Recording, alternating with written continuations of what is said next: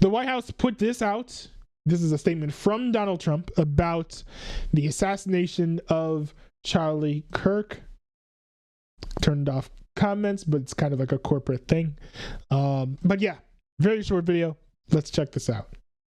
To my great fellow Americans, I am filled with grief and anger at the heinous assassination of Charlie Kirk on a college campus in Utah. Charlie inspired millions, and tonight, all who knew him and loved him are united in shock and horror. Charlie was a patriot who devoted his life to the cause of open debate and the country that he loved. In shock and horror. Charlie was a patriot who devoted his life to the cause of open debate and the country that he loved so much, the United States of America. He fought for liberty, democracy, justice, and the American people. He's a martyr for truth and freedom, and there's never been anyone who was so respected by youth. Charlie was also a man of deep, deep faith, and we take comfort in the knowledge that he is now at peace with God in heaven. Amen. Our prayers are with his wife, Erica, the two young, beloved children, and his entire family, who he loved more than anything in the world. We ask God to watch over them in this terrible hour of heartache and pain. This is a dark moment for America. Charlie Kirk traveled the nation, joyfully engaging with everyone interested in good faith debate.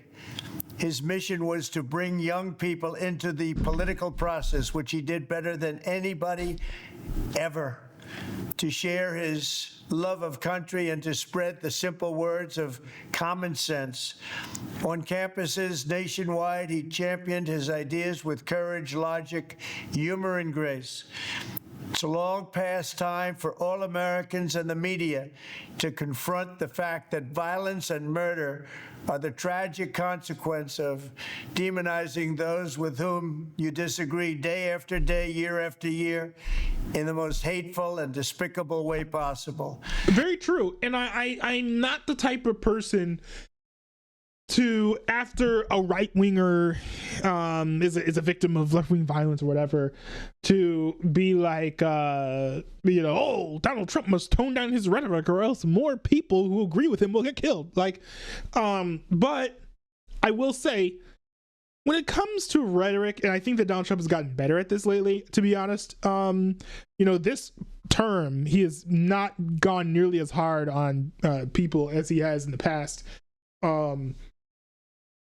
The election cycle, I will say, he was saying stuff that was extremely wild about Kamala Harris that I think was, even if it was true, was pretty uncalled for as a politician. But, I do hope that he does sort of take some time to reflect on himself and is like, hey, maybe I need to tone this down. I mean, here he's wording, these issues with rhetoric in America as a neutral issue, right? He's not saying the right needs to get better at this or the left needs to get better at this. He's saying, like, we need to get better at this. So hopefully he's including himself in that and he speaks better of people. I think that for many of the positions that Donald Trump has, he can back those up without slinging mud everywhere, right? He can speak civilly and he'll still be able to win his arguments like he has day in and day out. So, so he doesn't even need to resort to these mudslinging tactics. It's kind of a shame that he does do that so often. I understand it resonates with certain Americans, but I just don't think it's worth it, especially when, his reaction was to the media rhetoric being here. Then the media responds. He ratchets sometimes. Online people ratchet things up even further. Donald Trump may not be as bad as the other people in the political arena, but he's still not helping with a lot of things that he says. So I do hope that he shapes up how he speaks, moving forward. For years, those on the radical left have compared wonderful Americans like Charlie to Nazis and the world's worst mass murderers and criminals. This kind of rhetoric is directly responsible for the terrorism that we're seeing in our country today, and it must stop right now. My administration will find each and every one of those who contributed to this atrocity and to other political violence. Oh! Now, I have had my own conspiracy theory about the situation. I think it's fine to say out loud. You never really want to be in a position where you're kind of in an Alex Jones, Sandy Hook type scenario, right? This is my own theory, my own opinion. I'm not saying that this is fact, but it's my opinion that the person who shot Charlie Kirk was working with at least one person in the crowd, having a plan to distract authorities, make them say, "Hey, I'm the shooter," and while he gets away. We do know that the first person who was arrested, there have been multiple people arrested and released, like catch and release. There were multiple people arrested. Authorities thought that they were the shooter, but the first person arrested was booked and charged in Utah for obstruction of justice. Now, I've heard people be like, "Oh, maybe it's for something, separate." I think it's very possible that they were like, "Oh, you're messing with us. You're trying to make it seem like you're trying to make us think that you're the shooter when you're not." So I wonder if this is a coordinated plan between multiple people. And I don't know who orchestrated it. I don't know if it was just grassroots, astroturfed, run by foreign intelligence. I have no idea. But the only reason I'm bringing up this opinion of mine, which normally I wouldn't be doing, is that Donald Trump here is hinting that there were multiple people who were involved in this situation, because he said, "We will catch each and every person involved in this assassination." You don't say that if it's just one person. So I feel like my instincts are being a little validated here somewhat. But of course, you got to wait till we know more information to be sure. Administration will find each and every one of those who contributed to this atrocity and to other political violence, including the organizations that fund it and support it, as well as those who go after our judges, law enforcement officials, and everyone else who brings order to our country. Well, I mean, he's already been going after some people who were attacking ICE agents, which is fantastic. I've not heard about a lot of violence against judges. I think I've heard like one or two anecdotal cases, but I don't even remember those details.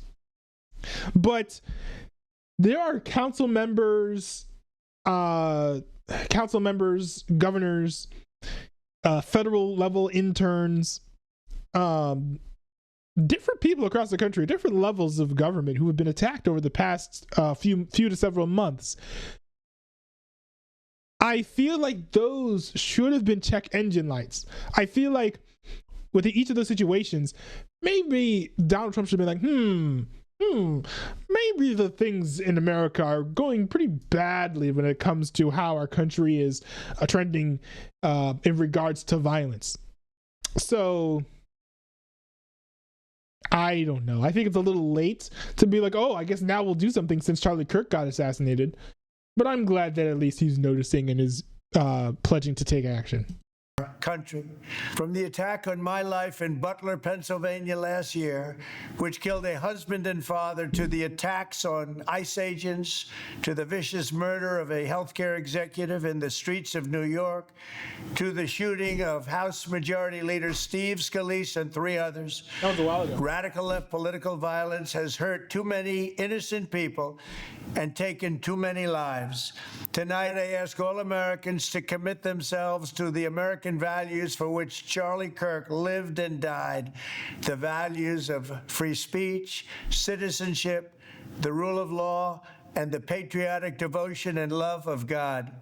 Charlie was the best of America, and the monster who attacked him was attacking our whole country.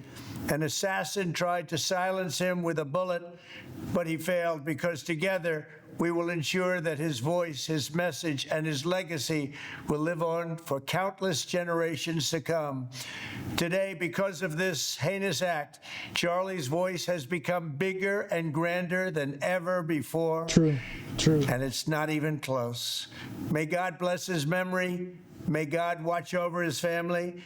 And may God bless the United States of America. Thank you. Amen. Very good address. Very good address. It's nice to see Donald Trump honor Charlie Kirk in that way. And also, as a reminder, if you guys didn't know, Charlie Kirk will be posthumously receiving the Medal of Honor, which I think is very much deserved, considering both what happened to him as well as what he has done for the country.